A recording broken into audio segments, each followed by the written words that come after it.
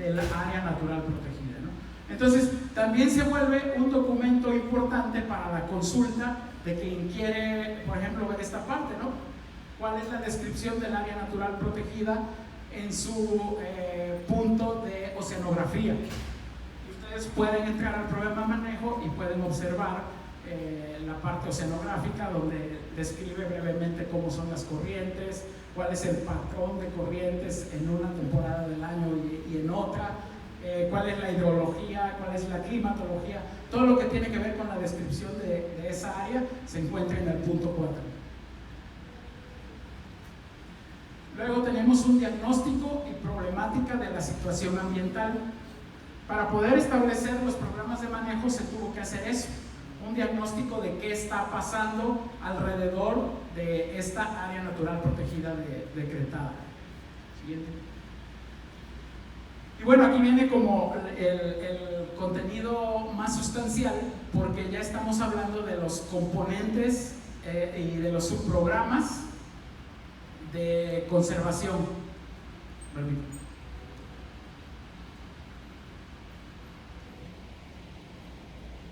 Y también ese es el contenido del programa del... No, es que de repente no veo. Los subprogramas de conservación. Está bien, gracias. Sí, la siguiente. Y bueno, la parte de la zonificación y subzonificación. Y aquí yo quisiera hacer un paréntesis, no vine a hablarles de las descripciones del área, ni tampoco de cómo es su clima o su condición oceanográfica, pero sí creo que este punto de la zonificación y la subzonificación es un punto clave que debemos de desglosar un poquito más, porque de esto se basan las actividades permitidas y las actividades no permitidas, que también están establecidas en este documento, en este programa de manejo. Entonces, rápidamente les quisiera hacer un recuento. Lo que se busca con la zonificación y la subzonificación. Bueno, ahí dice, de conformidad con el artículo de la LGEPA, la zonificación es el instrumento técnico de planeación que puede ser utilizado en el establecimiento de las áreas naturales protegidas. Permite ordenar el territorio del área natural protegida en función de su grado de conservación, representatividad de sus ecosistemas, la vocación natural del terreno, por ejemplo la pesca, que aquí la gran mayoría de la zona de amortiguamiento se hacen actividades de pesca, cuáles son sus usos potenciales y de conformidad con los objetivos dispuestos de la misma declaratoria, que en este sentido es el objeto de conservación son los arrecifes coralinos. Y entonces el Parque Arrecifal Veracruzano tiene 3 zonas. Básicamente, ya las dije hace un rato, me gusta repetirlas. Tenemos una zona núcleo y que tiene una subzona de conservación, y esta zona núcleo tiene que ver con el arrecife Blanca y el arrecife Santiaguillo. Esa es la primera zona que se establece. Tiene una zona de amortiguamiento que tiene estas subzonas, y aquí era lo que les decía hace un rato, es importante porque en estas subzonas se supone que ya está dividido o integrado las principales actividades que se realizan dentro del área natural protegida. Tiene una subzona de aprovechamiento sustentable de los recursos naturales, o sea, la pesca. Esa es la primera subzona que existe dentro de la zona de amortiguamiento. También tiene una zona de uso público de actividades de playa, que hace alusión a todas las actividades que se llevan a cabo en la playa, pero ya dentro del área natural protegida. Recordar un poco que la atribución del área natural protegida empieza estrictamente en el área marina. A partir de la línea de costa hacia adentro es que se establece, y hay algunas subzonas como por ejemplo Villa del Mar, también la zona esta de Punta Azul, en la zona de Boca del Río, donde se hacen actividades de arrastre de banana, de kayaks, de paddles. Esas son subzonas de actividades de playa. Tenemos una subzona de uso público de actividades recreativas, que es básicamente actividades de playa, una subzona de uso público de recorridos turísticos con embarcaciones motorizadas, que son estas embarcaciones que salen y hacen un recorrido turístico por los arrecifes, que principalmente es en las playas de Villa del Mar, que salen hacia el arrecife Pájaros y Sacrificios. Luego tenemos una subzona de uso público en la modalidad buceo, que esa es otra de las actividades turísticas que tienen un auge importante, que es el buceo. El buceo es una de las actividades que muchos se realizan, y en el Golfo de México, entre Veracruz y Tuxpan, se disputan el número más alto de visitación por temas de buceo. La subzona de uso público de instalaciones navales, esto tiene que ver con la escuela naval que está en Antón Lizardo, que al ser una instalación naval debe de tener una protección específica de resguardo, donde no se puede permitir, por ejemplo, que haya bañistas o que pase una banana y esté cerca de la escuela naval. Ellos tienen un polígono especial que por seguridad no se permite ningún tipo de esas actividades. Y por último, las subzonas de recuperación de afectaciones recientes. Actualmente solo hay una subzona de recuperación, y es en la Isla Verde. La Isla Verde, en su parte insular, en su territorio insular, tiene un parche de manglar, donde están presentes las 3 especies de mangle, y entonces esta zona fue considerada como una subzona de recuperación, donde se había habido un decremento de esta población de manglar, y entonces se decretó en ese entonces, o se estableció, mejor dicho, como una subzona de recuperación. Entonces, como ustedes podrán ver, en esta zona de amortiguamiento y sus subzonas ya están establecidas las actividades que se pueden realizar, y esto nos da pauta a poder también establecer qué se puede hacer y qué no se puede hacer en cada una de estas subzonas. Entonces, el punto 7 del programa de manejo considero yo que requiere de un énfasis importante a la hora de analizarlo, porque de entrada nos establece cuáles son las áreas con las que cuenta el Parque Nacional Sistema Arrecifal Veracruzano. Pero además de eso nos da pauta para poder saber, la siguiente, por favor, qué está permitido y qué no está permitido. Además, la última zona es la zona de influencia, que esa ya la describimos hace rato. Aquí lo importante es la extensión, que estamos hablando de una zona de poco más de, la que sí, me acuerdo, de 185,000 hectáreas. Bueno, aquí les pongo un ejemplo. Ya estamos hablando de la subzona de protección, que es parte de la zona de núcleo, donde las actividades que están permitidas y las actividades no permitidas. Me regreso a la importancia de tener subzonificaciones o tener áreas ya establecidas donde qué actividades se pueden hacer y qué no. Por ejemplo, voy a leer una, ¿no? Dice el monitoreo, monitoreo del ambiente es una actividad permitida. La investigación científica no invasiva, aquí hace referencia a que no se puede colectar. En la mayoría de las áreas o en la zona de amortiguamiento, que son arrecifes que no son zona núcleo, si un investigador nos dice necesito colectar un fragmento de un coral para hacer un estudio de ADN, siempre y cuando haga sus trámites con las instancias correspondientes, que en este caso es Semarnat a través de Vida Silvestre, se le autoriza que haga acciones de colecta con fines científicos. Pero para el caso de esta zona núcleo no está permitido nada que implique extracción, entonces la colecta no está permitida. Y si me voy para el otro lado, que son las actividades no permitidas, bueno, por ejemplo, no podemos hacer nada que tenga que ver con la acuacultura, no se puede tocar o manipular los corales, o sea, ni siquiera los podemos tocar, entonces mucho menos los podemos colectar. Y así, cada subzona de las que hablé hace un rato establecen sus actividades permitidas y no permitidas. Por ejemplo, es cómo se describe la zona de buceo autónomo, que aquí es otra cosa que a nosotros nos resulta muy importante platicar. Es una superficie de 1.426 hectáreas está comprendida con 13 polígonos, que son 55 sitios definidos por las boyas de amarre. A lo mejor alguno de ustedes que ha hecho un recorrido por el Parque Arrecifal ha visto unas boyas blancas con una franja azul. Estas boyas son el inicio de estos sitios o de estos polígonos de buceo donde se puede realizar la actividad. Y aquí está descrito cómo vas a realizar la actividad y dónde están delimitadas las áreas a través de estas boyas. La siguiente.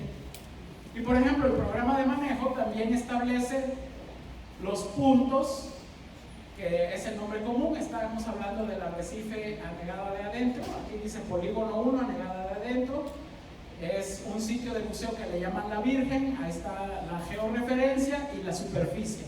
Quiere decir que si nosotros vamos a esa latitud y longitud, vamos a encontrar una boya de amarre para buceo, y ese va a ser la pauta para establecer la zona donde se puede realizar la actividad de buceo, que está dentro de la zona de uso público, en la subzonificación de actividades de uso público en la modalidad buceo.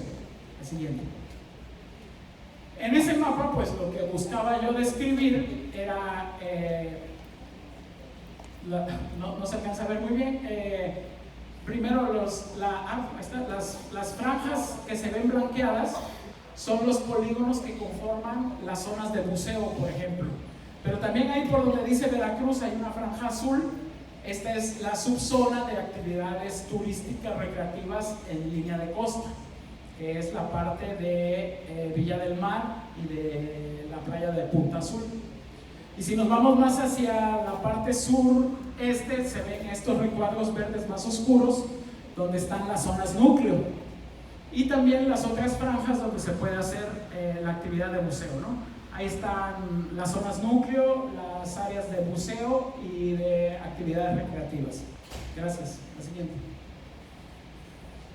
Ese meramente es un ejemplo de lo mismo, ¿no? ¿Qué se puede hacer? Las actividades permitidas y no permitidas en una subzona de pesca.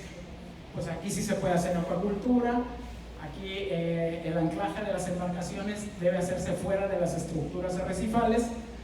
Y un poco es por el tema de que los que saben o han vigilado pesca en algún momento saben que, por ejemplo, llega la embarcación de pescadores, tira un ancla y sacan sus líneas o tienden un palangre, o los palangres o las redes también usan sitios de anclaje en las zonas.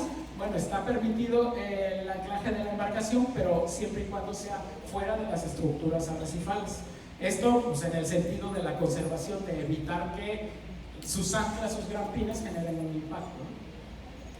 Y las no permitidas, bueno, pues ahí no se permite turismo porque son zonas de pesca, entonces son actividades que no son compatibles, ¿no? No puedes tener un buzo y encima una lancha con una línea de pesca o con una red, ¿no? Entonces, otro punto porque es importante tener esta zonificación de las áreas. Bueno, y por último, casi llegando al final, tenemos las reglas administrativas, que también este es el momento en donde nosotros le decimos al usuario del área natural protegida qué puedes hacer y qué no puedes hacer. Además de las actividades permitidas y de las no permitidas, pues son eso, ¿no? ¿Cuáles son las reglas administrativas? La siguiente. Y de aquí yo celebro o vinculo el tema de las reglas administrativas porque, por ejemplo, dice la regla 26, dice, con base en el estudio de capacidad de carga y límite aceptable, las actividades turístico-recreativas que se realizan en el Parque Arrecifal Veracruzano, establece el número máximo de embarcaciones para la actividad de buceo en 30. Este es solo un ejemplo y si ahí seguimos leyendo las reglas, pues establece esto. Pero gracias a esa regla 26 es que también dentro del programa de manejo como anexos, ustedes van a poder ver los estudios de capacidad de carga y límite aceptable. Que ese es como el otro tema. ¿Cómo sabes cuántas personas pueden ir a bucear al arrecife sin que generen un impacto? ¿No? Porque pues ya existe un programa de manejo y en ese programa se establece, al menos hay 3 estudios de capacidad de carga.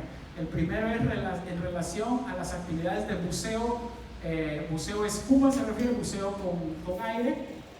El segundo se refiere al número de lanchas o embarcaciones que pueden hacer el recorrido en el arrecife Pájaros, en la zona esta de Cancuncito. Y el tercero se refiere a las actividades que se pueden hacer desembarcando en la isla de en medio. Aprovecho para decirles que de las 6 islas que conforman el área natural protegida, solo la isla de en medio está dentro de la subzonificación de uso público. Esto quiere decir que solo en esta isla es donde se permite hacer actividades de turismo. Y en este estudio de capacidad de carga que se encuentra en los anexos es donde se logra establecer cuántas y de qué forma personas y embarcaciones pueden visitar esta área natural protegida. Tratando de hacer un resumen de lo que describí, creo que es importante poder establecer o poder recordar que hay una zona núcleo que se refiere a los recuadros verdes, que son Blanca y Santiaguillo, son 2 arrecifes de coral. Estos arrecifes de coral, como decía al inicio, tienen una importancia ecológica muy alta. Las zonas núcleos se pueden establecer por 2 condiciones principalmente, no solo por esas, pero hay 2 condiciones principales. Una es que estén en un muy buen estado de conservación y que entonces tenemos que asumir que están tan bien conservados que cualquier actividad turística de pesca o de la modalidad que ya describimos incida en este arrecife, puede ser que haga algún deterioro o un impacto. Y la otra consideración es que estuviera en un estado muy crítico de conservación y que hubiese una especie o una población que sea de interés por la conservación. A lo mejor que hubiera un arrecife de coral en una condición mala, pero que además hubiera especies que se encontraran dentro de la norma oficial, o alguna especie endémica o alguna especie en peligro de extinción. Entonces esas serían las 2 consideraciones principales, hay muchas más. En ese sentido, la anterior, casi me despido, pero todavía no. En ese sentido, se establece la zona núcleo de La Blanca y de Santiaguillo, que son, insisto, los cuadritos verdes que se ven, toda una gran zona de amortiguamiento que es el polígono oscuro que se ve que engloba a todos los arrecifes, donde dentro de estas áreas se puede realizar pesca, turismo, actividades portuarias, actividades de playa, actividades de buceo, recorridos turísticos en la modalidad de desembarcar y no desembarcar, y por último arrastre de artefactos marinos, que es el tema este de arrastrar bananas. Ahora sí, la siguiente, por favor. Y la tercera zona, les estaba diciendo que creía yo que era importante hablar de 3 zonas, es la zona núcleo, la zona de amortiguamiento y la zona de influencia, que es una gran zona de 895,000 hectáreas, incluye varios municipios, es una zona muy extensa, sí, llega cerca de Alvarado, y que finalmente establece un vínculo con el área natural protegida. Entre otras de las cosas que a nosotros nos toca hacer como Comisión de Área Natural Protegida es que nos dicen, vamos a hacer un fraccionamiento, y este fraccionamiento está en este tema de una zona de ambiente costero, por ejemplo. Y entonces la Semarnat nos pide una opinión técnica por encontrarse dentro de esta zona de influencia. Y entonces muchas veces estos fraccionamientos están en una zona ya urbanizada, en una zona con servicios, en una zona municipal incluso, pero que para la Secretaría corresponde a un área de ambiente costero. Y entonces nosotros estamos obligados a emitir una opinión técnica porque se establece dentro de esta zona de influencia.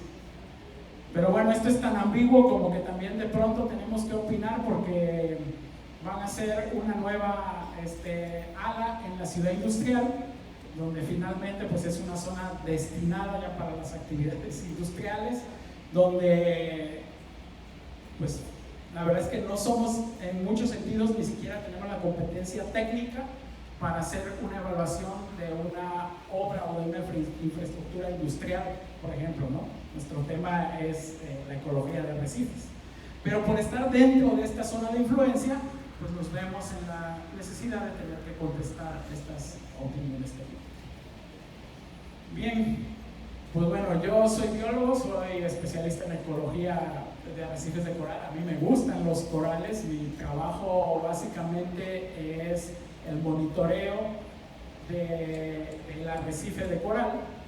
Y les quería dar las gracias, es mi correo electrónico, si hubiese alguna pregunta, si hubiese algún interés por intercambiar algún documento, pues con mucho gusto. Les reitero el agradecimiento por la invitación y